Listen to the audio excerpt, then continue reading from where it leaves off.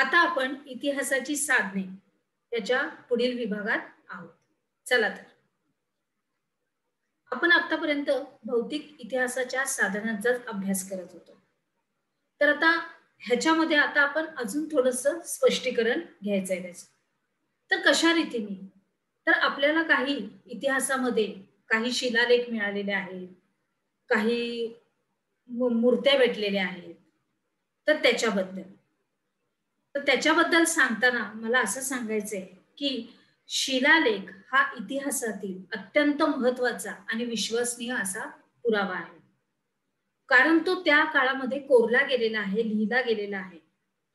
तसंच मी तुम्हाला उदाहरण पण दिलं होतं, की विरगळ ह्याच्यावरती संपूर्णपणे त्या योद्धाचा, जो कोणी योद्धा असेल त्याचं संपूर्णपणे चित्र हे कोरलं गेलेलं आहे. तर याचा अर्थ काय होतो, की त्या काळामध्ये जे काही ज्या गोष्टीबरोबर घडलेलं आहे ते त्यांनी तिथल्या तिथे कोरलेलं आहे, लिहिलं गेलेलं आहे, उमटवलेलं आहे. त्याच्यामुळे ते आपल्याला आता त्याचा अभ्यास करताना अगदी पूर्णपणे खात्री होते, की ते एक विश्वसनीय असं आहे आणि महत्वाचं आहे. कारण कुठलीही गोष्ट अत्यंत महत्वाची असल्यामुळेच त्यांनी ते तिथे कोरलेली आहे, ते साहित्य लिहिले गेलेलं आहे, या कारणामुळे. तर त्याच्यामध्ये आपण आता उदाहरणं पण बघू शकतो, की तंजावर येथील जे बृहदीश्वराचं मंदिर आहे, बृहदीश्वरांचं मंदिर आहे, तर त्याच्यामध्ये जो शिलालेख कोरलेला आहे त्यांच्या परिसरात, त्या परिसरामध्ये झाड कोणतं आहे, कशा प्रकारे सगळा फुलबाग आहे तिथे, काही असेल, तर त्या मंदिराबद्दलचं जे काही महत्व आहे ते तिथे संपूर्णपणे कोरून ठेवलेलं आहे.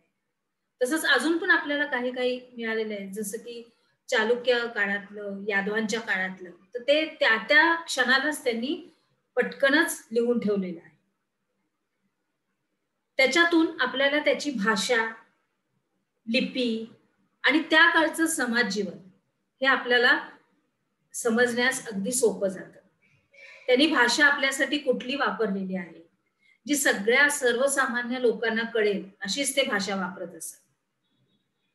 तसंच समाज जीवन त्याच्यामध्ये कशा पद्धतीचं होतं, कशा पद्धतीचं, आता मी तुम्हाला सांगितलं, की ज्या योद्ध्याचं चित्र ते जेव्हा त्या दगडावर कोरलं जायचं, तर त्याचा पोशाख कशा पद्धतीचा होता, तलवार, त्याच्यानंतर त्याच्या संपूर्णपणे एक आपल्याला एक समजून येण्यात अंदाज यायचा, अनुमान यायचं, की कशा पद्धतीचे त्यावेळेचे ते वस्त्र वापरायचे, हत्यारे वापरायचे, त्या गोष्टीचा संपूर्णपणे आपल्याला व्यवस्थित अगदी अनुमान यायचं, अंदाज यायचा.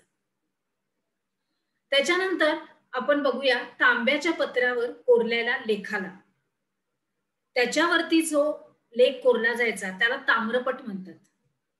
आता हे अर्थातच राजाकडून यायचं.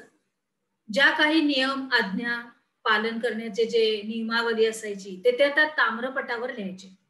किंवा एका राज्याला दुसऱ्या राज्याबरोबर युद्ध करायचं असेल, किंवा काही आमंत्रण द्यायचं असेल, किंवा काही दुःखद बातमी द्यायची असेल, तर त्या ताम्रपटावर ते पूर्णपणे ते कोरायचे आणि त्याला ते पाठवून द्यायचे. त्याला ताम्रपट म्हणतात. त्याच्यामध्ये काही ठिकाणी याच गोष्टींबरोबर काही निवाडे पण व्हायचे.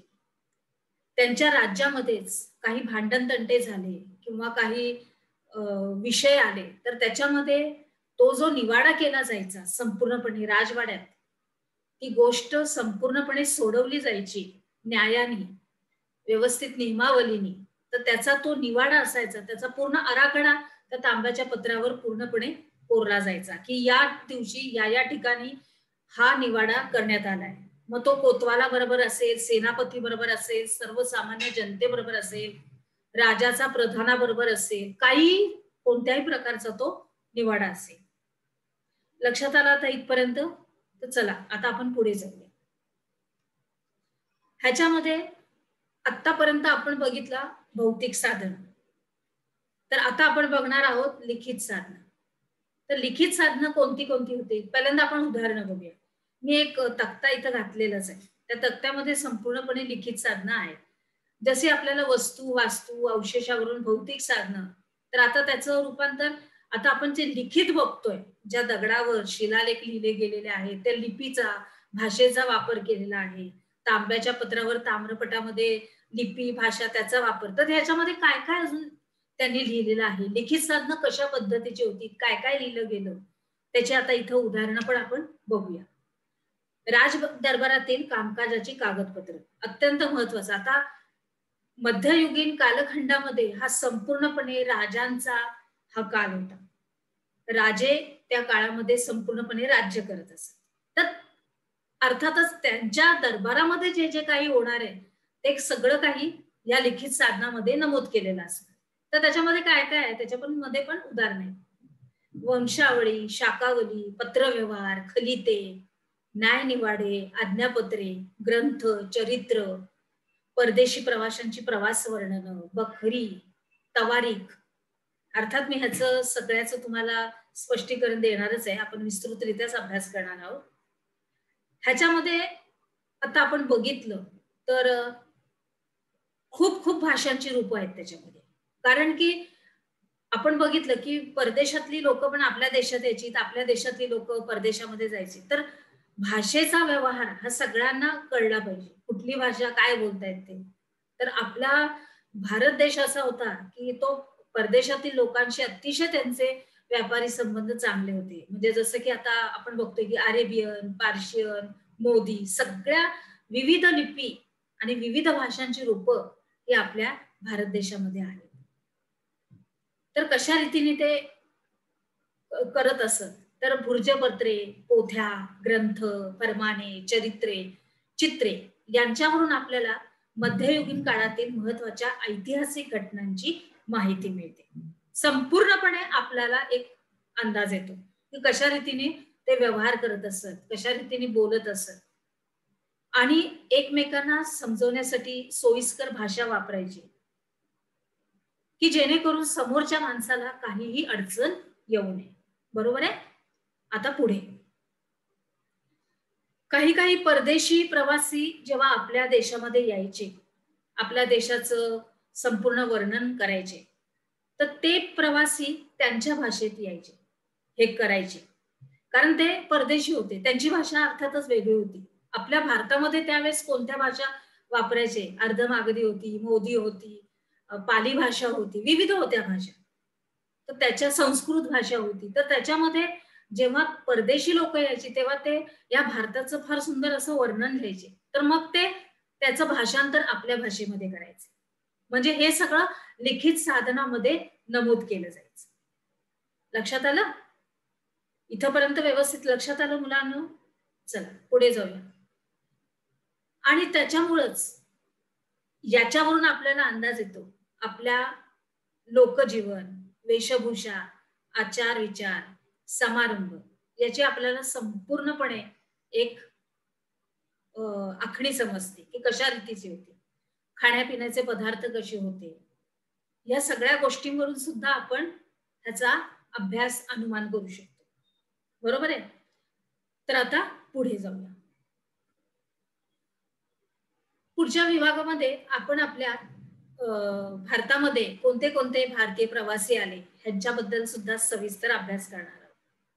ह्याच्यामध्ये आपण प्रामुख्याने बघतोय की आपण निकोलस ह्याचा नाव खूपच ऐकलेलं आहे. त्याच्यानंतर इब्न बतुता, मनुचीचं तर आपण नेहमी गोष्टीची पुस्तकं वगैरे त्यांचे ग्रंथ वगैरे आपण वाचतोच.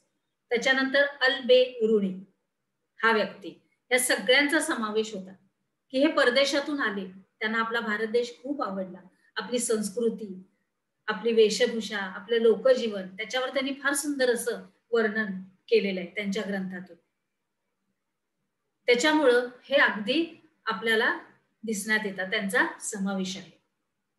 तसंच बाबरांचं चरित्र कवी परमानंद यांनी संस्कृत भाषेत लिहिलेले शिवभारत हे शिवचरित्र, त्याच्याबरोबरच अजून काही राज्यकर्त्यांची चरित्र, पत्रव्यवहार हे सगळं लिहून ही सगळी काही लिखित साधन आहेत आपली, ज्याच्यामधून आपल्याला इतिहास कळतो की इतिहासामध्ये या लोकांनी काय काय लिहून ठेवलं होतं. जसे की परदेशी प्रवासी, त्याच्यानंतर हे राजांची चरित्र, काही कवींची कविता, त्याच्यानंतर काही शिवचरित्र म्हणजे धार्मिक काही लेख असतील ते सुद्धा आपल्या इतिहासातून आपल्याला कळतात की कशा रीतीने त्यांनी लिहिले होते. आणि या गोष्टीवरून, या इतिहासाच्या साधनावरून आपल्याला समजतं की त्या काळचे राज्यकर्ते कसे होते, त्यांची चरित्र कशी होती.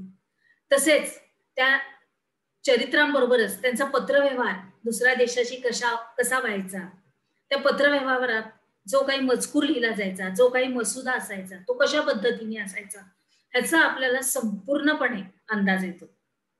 आणि आपण हे कशावरून आपल्याला कळतं, जेव्हा आपल्याला तो लिखित साधनांचा पुरावा मिळाला, या इतिहासाच्या साधनाचा आपल्याला पुरावा मिळालाय, त्याच्यावरून आपण त्याचा सगळ्यांचा अभ्यास करतोय. आता पुढे अजून थोडीशी माहिती. आता इथपर्यंत तुम्हाला लक्षात आलं, तर आता काही आपण अर्थ समजून घेणार आहोत. चला, तवारीख. आता मागच्या उपक्रमात आपण बघितलं तवारीख म्हणजे काय. तर तवारीख म्हणजे तारीख किंवा घटनाक्रम कशा रीतीचा होता. तवारीख म्हणजे आपण आता अभ्यास करतो आपल्या दैनंदिन जीवनात. आम्ही शिक्षक वर्ग तुम्हाला काही अभ्यास देतो, घराचं काम देतो, तर तुम्ही ते कसं करता. तुम्ही घराचं काम करताना त्या दिवसाची तारीख तिथे लिहिता की मी काल हा अभ्यास केला. यालाच इतिहास काळामध्ये तवारीख म्हणतात. बरोबर आहे की काय काय त्या तारखेला काय घटना झालेली, कोणता न्याय निवाडा झाला होता, काय पत्रव्यवहार झाला होता किंवा कोणती गोष्ट घडली होती, ते म्हणजे तवारीख. आता पुढे मिर्झा हैदर, भीमसेन सक्सेना आदींनी लिहिलेल्या तवारीख उपलब्ध आहेत. याचा अर्थ काय होतो, तर या लोकांनी जो काही घटनाक्रम ज्या तारखेला झालेला आहे, ती तारीख सुद्धा आपल्या लिखित साधनामध्ये लिहून ठेवलेली आहे. त्यांनी जो ग्रंथ लिहिलेला आहे, जो पत्रव्यवहार केलेला आहे, तो कोणत्या तारखेला केलेला आहे, ते संपूर्णपणे त्यांनी ते घटना वर्णन कधी केलेलं आहे त्याची तारीख त्यांनी तिथे नमूद करून ठेवलेली आहे, जेणेकरून आपल्याला ती आज दिसते की ह्या तारखेला हे केलेलं आहे. बरोबर, समजला व्यवस्थित. आता पुढे आपण बघणार आहोत की बखर म्हणजे काय. माहितीये तुम्हाला, बखर हा शब्द खबर या शब्देवरून आलेला आहे. तर बखर म्हणजे काय. बखर म्हणजे काय, तर बखर हा महाराष्ट्रात निर्माण झालेला पहिला इतिहास लेखनाचा प्रकार आहे.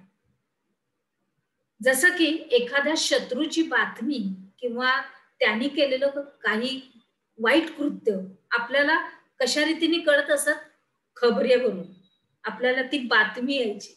आत्ताच्या काळात आपण बातमी असं म्हणतो, पण मध्ययुगान काळात त्याला खबर असं म्हणायचं. बरोबर आहे. तर त्या खबर ह्या शब्देवरून बखर हा शब्द खबरेवरून आलेला आहे आणि खबर म्हणजे बातमी. बरोबर आहे. आत्ताच मी बोलले होते की हा महाराष्ट्रात निर्माण झालेला इतिहास लेखनाचा प्रकार आहे. जसं की महाराजांना एखादी बातमी किंवा एखादं वाईट कृत्य कुठल्या सरदारांनी केले किंवा कुठल्या अधिकाऱ्यांनी केले तर, किंवा पाटलांनी केले तर ते कशा रीतीने कळवायचे, या खबरीतून खलिता पाठवायचे. खलिता म्हणजे असं पूर्ण पत्र असतं, भुर्जपत्रावर लिहिलेली पूर्ण ती खबर की कोणी काय वाईट कृत्य कुणाबरोबर काय केलेलं आहे, तर त्याच्यावरती संपूर्णपणे ते नमूद करून तो खलिता आपल्या राजांना पोहोचवण्यात येत असे आणि मग त्याच्यावरून मग त्याचा न्यायनिवाडा केला जाईल. लक्षात आलं. तर ह्याच्यामध्ये ह्या बखरीमध्ये काय काय असतं, आता मी तुम्हाला एक उदाहरण दिलंय, तर आता त्याच्यामध्ये काय काय असतं, तर राजकीय घडामोडी, भाषा व्यवहार, सांस्कृतिक जीवन, सामाजिक परिस्थिती ह्याच्यावरून आपल्याला मदत होते, कळायला आपल्याला मदत होते. राजकीय घडामोडी काय काय होतात, एका दुसऱ्याने दुसऱ्या देशावर कधी हल्ला करण्याचं ठरवलंय, हे ह्या सगळ्या बखरीतून आपल्याला कळणार. त्या बखरी आपल्याला भेटलेल्या आहेत, म्हणजे ते खलिते भेटलेले आहेत खबरीचे, की जेणेकरून आपण ते उघडून वाचलेले आहेत की ह्या बखरीमध्ये काय लिहिलंय, ह्या बखरीमध्ये काय लिहिलंय, ह्या खबरेमध्ये काय आहे. आपण खबर पण हा शब्द वापरू शकतो, बरोबर ना. अशा रीतीने जसं काय किल्ल्याला वेढा दिलाय, तर किल्ल्यातला माणूस विचारेल की काय खबर आहे, तर खालचा जो सामान्य वर्गातला जो मनुष्य असेल तर तो किल्ल्यावर जाऊन ती खबर पोचवायचा की अशी खबर आहे की खाली शत्रू सैन्याने वेढा दिलेला आहे. ही सर्व विद्यार्थी मित्रांनो तुम्हाला मी ही उदाहरणं दिलेली आहेत की हा शब्द तुम्हाला व्यवस्थित समजण्यात यावा म्हणून. बरोबर आहे. आता पुढे जाऊया. आता अजून आहेत, आपण अजून उदाहरणं घेऊ शकतो. मी सांगितलेल्या उदाहरणापेक्षा अजून चिटणीसाची खबर, भाऊसाहेबांची खबर, खरड्यांच्या लढाईंची खबर, हे सगळं काही. आता हे हे जे दिलेलं आहे ह्या घटना झालेल्या आहेत. चिटणीसांनी काय केलंय, भाऊसाहेबांनी काय केलंय, खरड्याच्या लढाईमध्ये लढाई कशी झाली, कुठे झाली, कोण कोण होते सरदार, कोणाला वीरगती प्राप्त झाली आणि कोण पळून गेलं, कोण महाराजांकडे जाऊन त्यांनी त्याचा संपूर्णपणे विस्तार सांगितला. तर तो घटनाक्रम लिहिण्यात आला आणि त्याला नाव आहे खरड्यांची लढाई. हे उदाहरण आलं लक्षात व्यवस्थित अगदी. चला पुढे जाऊया. आता ह्याच्यावरती आपला नेहमीचा कार्यक्रम प्रश्नोत्तरांचा. पहिला प्रश्न आहे की शिलालेख हा इतिहासातील महत्वाचा आणि विश्वसनीय असा पुरावा मानला जातो. ह्याचं कारण तुम्हाला द्यायचं आहे की का मानला जातो.